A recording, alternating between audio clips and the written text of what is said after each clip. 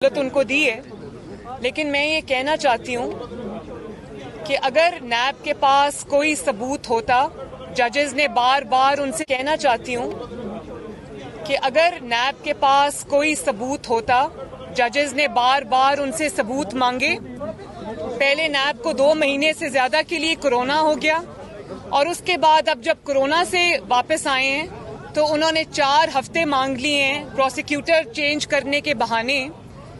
एक सादी सी बात है बिल्कुल, और वो मैं कौम के सामने रखना चाहती हूँ कि अगर मेरे खिलाफ कोई सबूत होता, अगर ये मुकदमा बदनीयती पे, इंतकाम पर मबनी ना होता, तो एक ह्यूमन नेचर है कि जब आपके पास किसी चीज का कोई सबूत होता है, वो कागज का टुकड़ा आप उठा के कोर्ट के सामने रखते हैं और कहते हैं माय लॉर्ड ये है आप सबूत।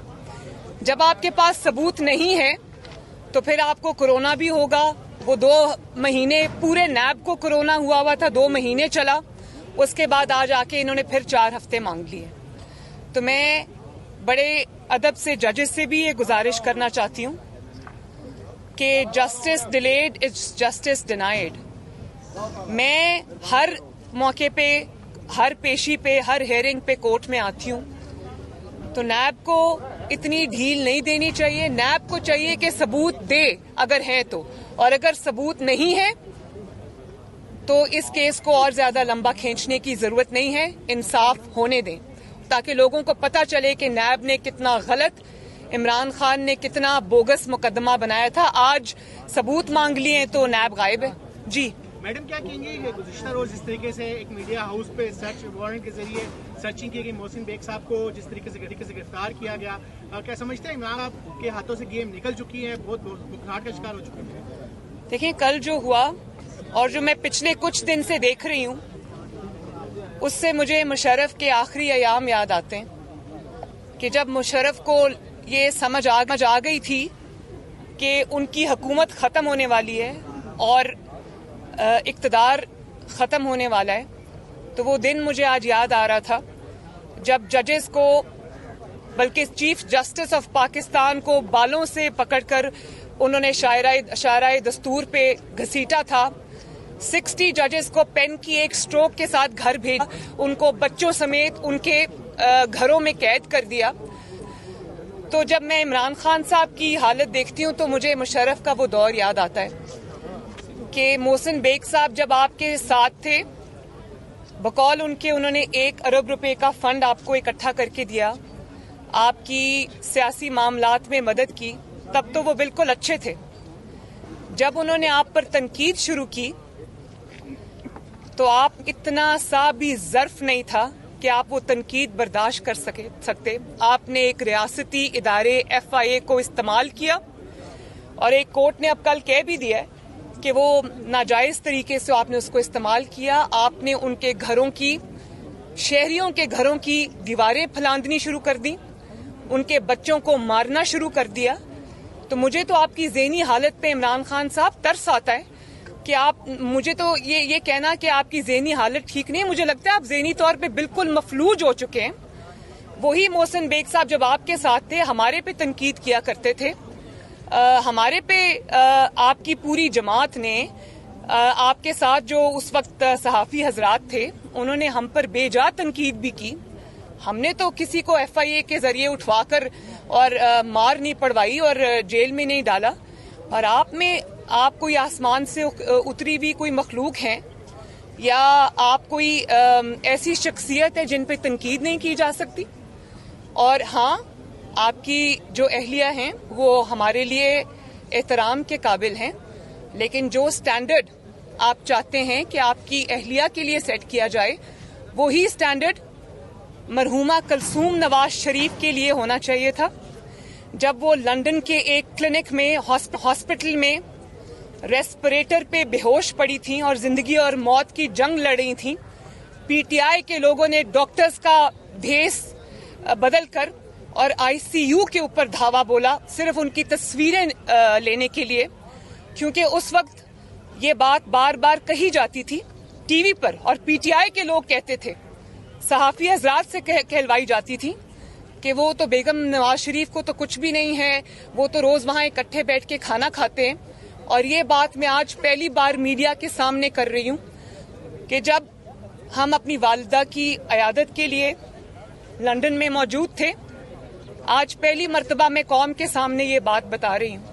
میں اپنے ساتھ ہونے والے کسی ظلم اور زیادتی کا ذکر اس لیے نہیں کرنا چاہتی کہ وہ میں نے ایک بڑے مقصد کے لیے، قوم کے لیے، پاکستان کے لیے، آئین کی سربلندی کے لیے وہ چیز برداشت کی، اس لیے مجھے اس کا افسوس نہیں ہے. لیکن آج میں قوم سے یہ بات شیئر کرنا چاہتی ہوں کہ جب اپنی والدہ کی عیادت کے لیے میں لندن والے اپارٹمنٹ سے نکل کر ہاسپٹل جا رہی ہوتی تھی یا ہاسپٹل سے واپس آ رہی ہوتی تھی تو نیچے 3-4 پی ٹی آئی کے ورکرز گالی دے کر مجھے بلاتے تھے، دور سے گالی دیتے تھے. اور اس کے بعد جب میرا بیٹا جنید گزرتا تھا اس کی والدہ کو گالی نکالا کرتے تھے.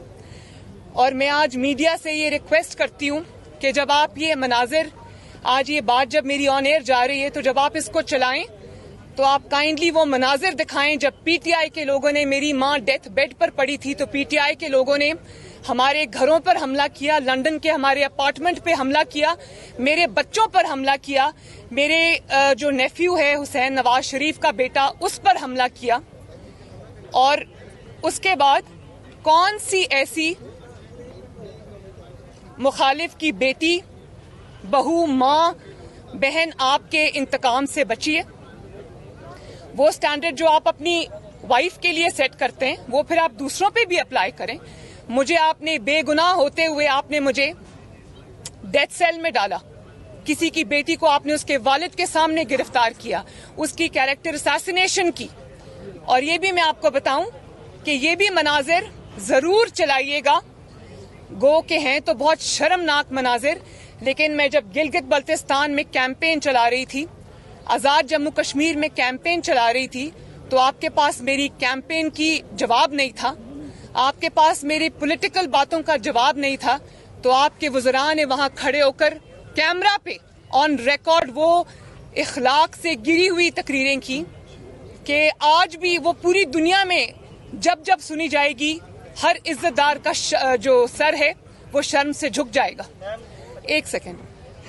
تو میں میڈیا سے یہ ریکویسٹ کروں گی کہ آج وہ تقاریر ضرور چلائی جائیں جس میں آپ کے وزراء نے مجھ پر ذاتی اٹیکس کیے، پرسنل اٹیکس کیے. اس وقت عمران خان صاحب ان کو شاباش دیا کرتے تھے، اس وقت تو تالیاں بجایا کرتے تھے، اس وقت تو بڑے خوش ہوتے تھے. میں بھی کسی کی بیٹی ہوں.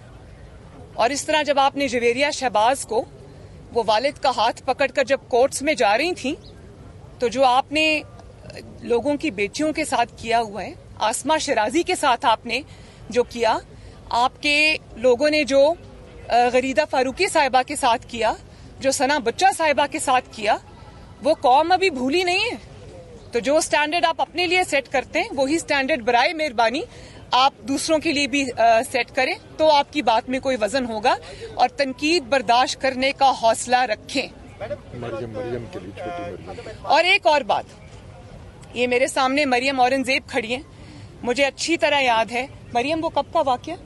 جب میں گئی تھی مالم جبہ.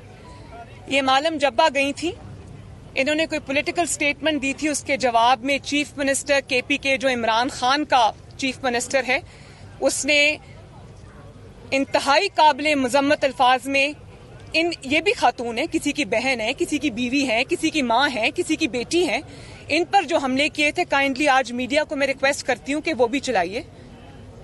اور ظاہر ہے کہ جب آپ اس قسم کی بات کریں گے تو میں یہ ضرور آپ کو کہوں گی کہ ایک ہی جھٹکے میں آپ نے کل جب 12 روپے پیٹرول بڑھا دیا اور اس 12 روپے بڑھنے کی وجہ سے جس طرح سے چینی کی قیمت بڑھ گئی، گھی کی قیمت بڑھ گئی، ٹرانسپورٹ کے کرایوں کی قیمت بڑھ گئی، تو اس وقت جب کوئی شخص، کوئی شہری، کوئی پاکستانی جب اپنی موٹر سائیکل میں، اپنی گاڑی میں، اپنے بس میں جب کوئی پیٹرول ڈلوانے جاتا ہے گیس اسٹیشن پہ تو وہ آپ کو جس طرح بد دعائیں دیتا ہے، وہ اب میں ذکر نہیں کرنا چاہتی کہ وہ کن القابات میں لوگ عوام آپ کو یاد کر رہی ہے. تو کیا ان کے اوپر بھی آپ ایف آئی اے کو بھیج کے ان کے اوپر حملے کرائیں گے؟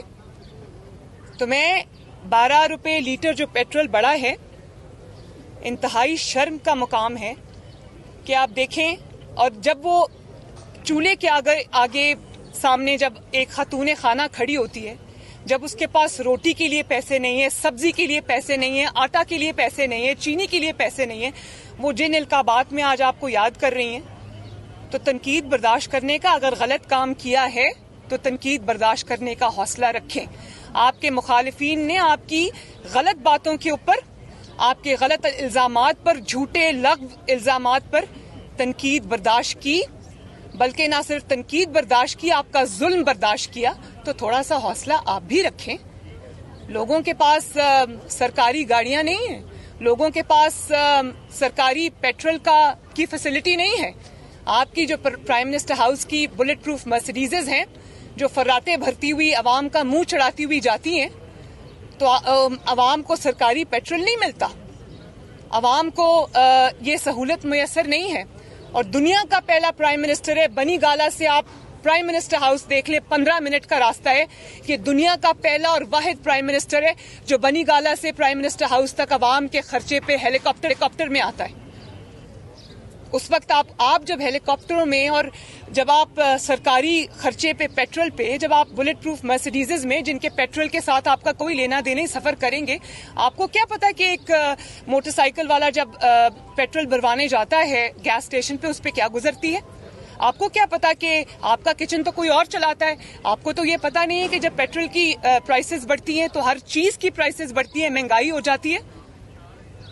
मैम ये बताइएगा कि वज़ीर आज़म का जो दौरा रशिया है, एक मैं और बात करना चाहती हूँ, देखिए एक मिनट।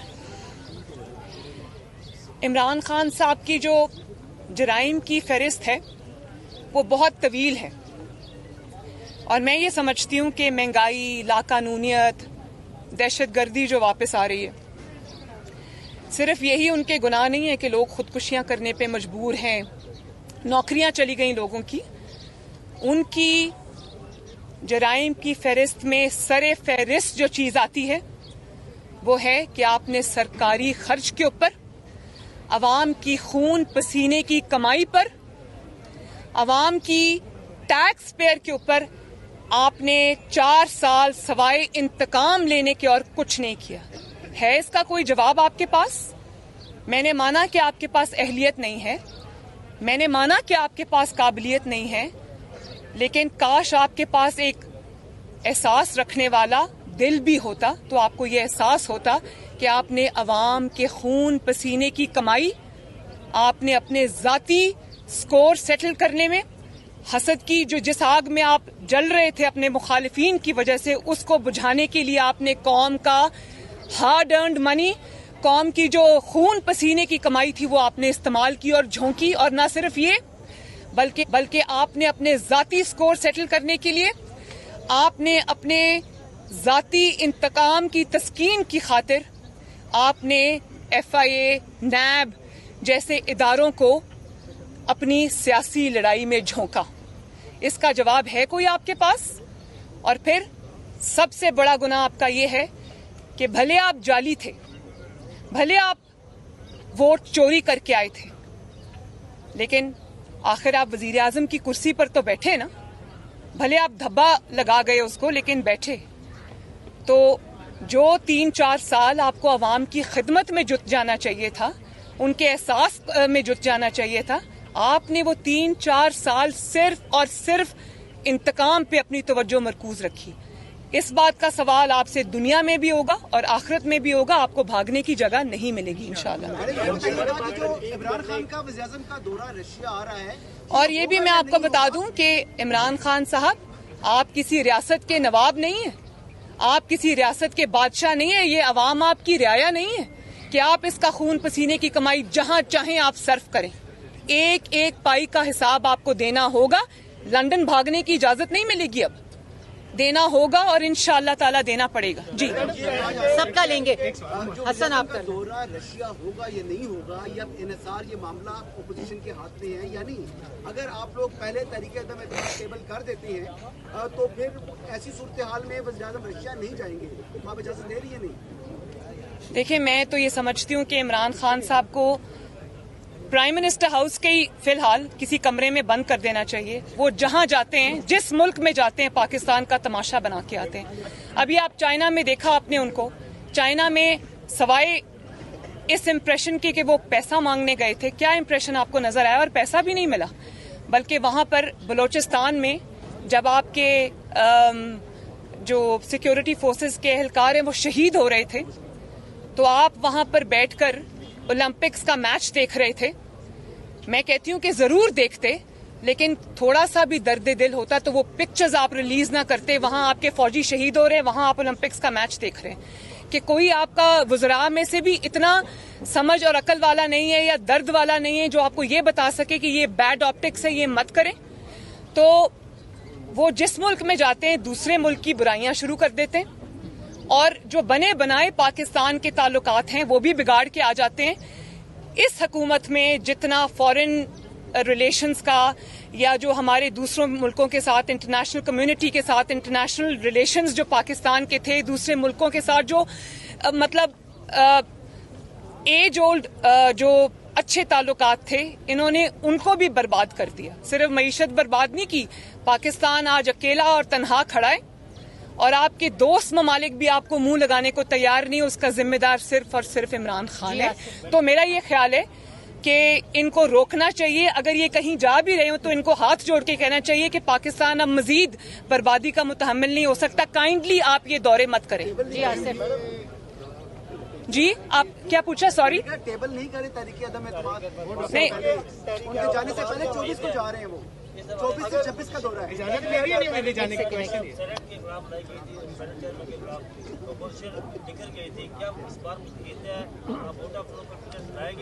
इसी में एक ऐड कर ले, जहांगीर तरीन की अगर आपको हेल्प लेनी पड़ती है तो क्या मुस्लिम लीग नून उनसे हाथ मिला लेगी? देखिए, मैं तमाम इत्तेहादी जमातों को और मैं तमाम उन MNAs को और MPAs को जो इस वक्त ऑलमोस्ट फॉरवर्ड ब्लॉक बना के बैठे हैं, मैं सबको ये कहना चाहती हूँ कि ये इस वक्त अवाम और इक़्तिदार के दरमियान की जंग है। जो अवाम का हाल इस हुकूमत ने, इस इमरान खान ने किया है, मुल्क की जो तबाही इसने की है, और मजीद तबाही जो एक एक दिन जो हुकूमत का गुजरता है उसमें एक एक साल पाकिस्तान पीछे जा रहा है। तो अब ये आप पे फर्ज बन गया है कि आवाम की आवाज पे लब्बैक कहें, वरना मैं इत्तेहादियों समेत सबको ये कहना चाहती हूँ कि कोई भी इस काबिल नहीं है कि इमरान खान का साथ दे और वो हलकों में वोट मांगने जा सके। तो मैं ये समझती हूँ कि सबको इस वक्त आवाम की आवाज पे लब्बैक कहना चाहिए, चाहे वो इत्तेहादी जमातें हों या कोई और हो। जी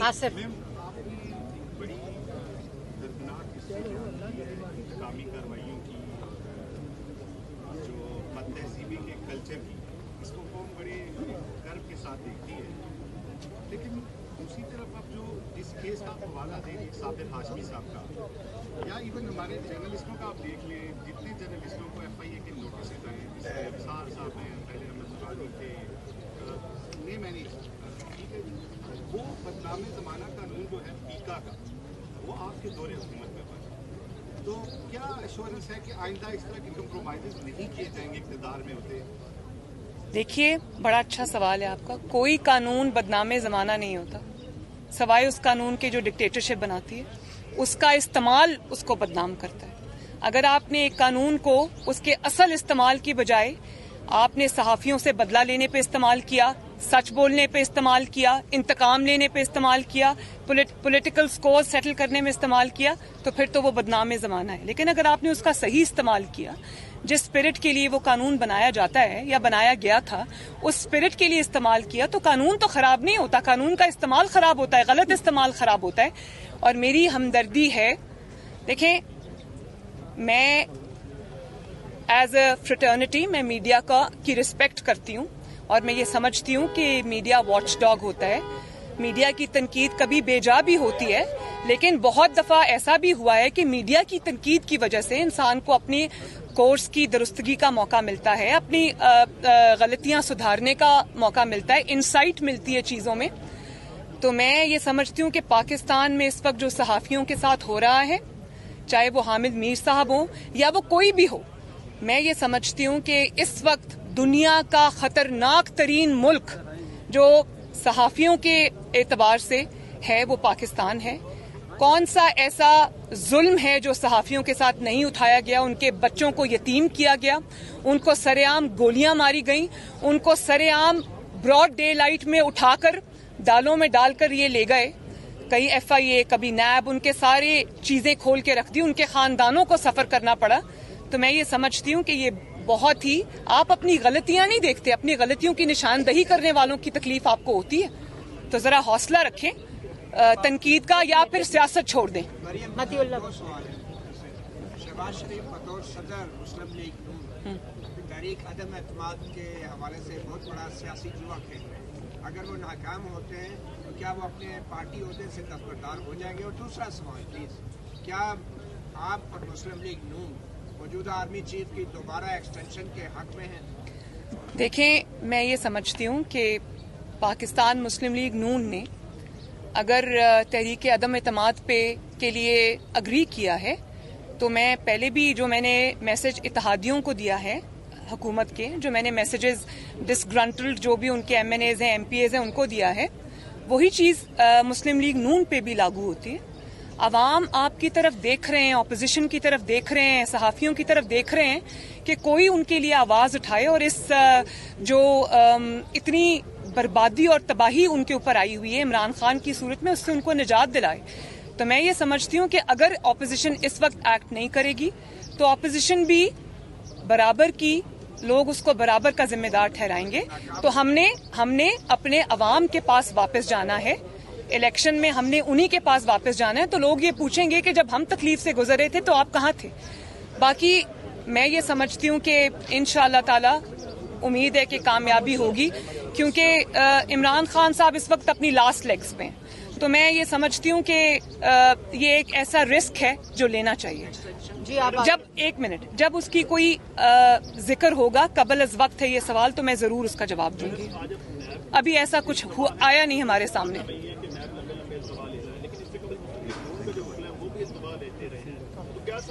मैंने बिल्कुल इल्तवा नहीं लिया।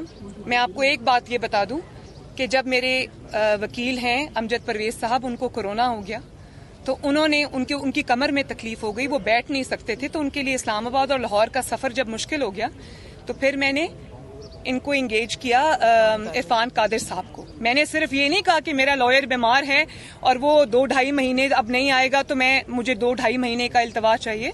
मैंने नया काउंसिल एंगेज किया और उनको तैयारी के लिए मिनिमम जो वक्त दरकार था वो उनको दिया गया। उसके अलावा मुझे जो 561A की एप्लीकेशन थी जो मैंने दाखिल कराई, वो मुझे जमा करानी थी। उसके लिए जितना वक्त दरकार था वो मैंने डिले के लिए नहीं लिया, वो मैंने इसलिए लिया कि ताकि मुकदमा आगे चले और अच्छे तरीके से चले। कयूम सदीकी साहब, और मुझे कोई डिले की जरूरत नहीं है भाई, इसलिए कि मेरा केस सिक्का बंद है, माशाअल्लाह एयर टाइट है। मुझे तो बल्कि जल्द इंसाफ की जरूरत है, जिसके लिए मैं रिक्वेस्ट कर रही हूँ। कयूम सदीकी साहब, मैं इस चीज पे जवाब आपको दे चुकी हूँ।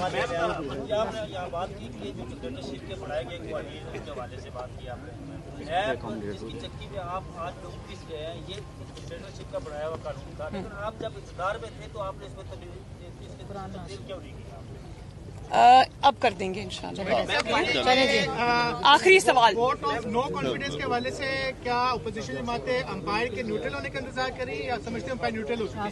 देखिए, मौलाना फजलुर रहमान साहब ने बहुत ही जबरदस्त जवाब दिया था। मेरा नहीं ख्याल कि उनसे ज्यादा एलोक्वेंट कोई हैं इस वक्त। उनसे जब ये सवाल पूछा गया, उन्होंने कहा अंपायर होता ही वो है जो न्यूट्रल हो। तो बस यही जवाब है मेरा। न्यूज़ 1 टीवी को बंद किया जा रहा है, केबल ऑपरेटर्स को गैर कानूनी तौर पर अहकाम जारी किए गए हैं कि इस टीवी को चलने आपने नहीं देना। पैमरा से भी नोटिस दिलवाया है। और अच्छा सवाल किया। आप किस चैनल का मुंह बंद करेंगे, किस चैनल को नोटिस देंगे? अगर आपको बंद ही करवाना है तो इमरान खान साहब को अपना और अपने वज़रा का मुंह बंद कराना चाहिए। शुक्रिया।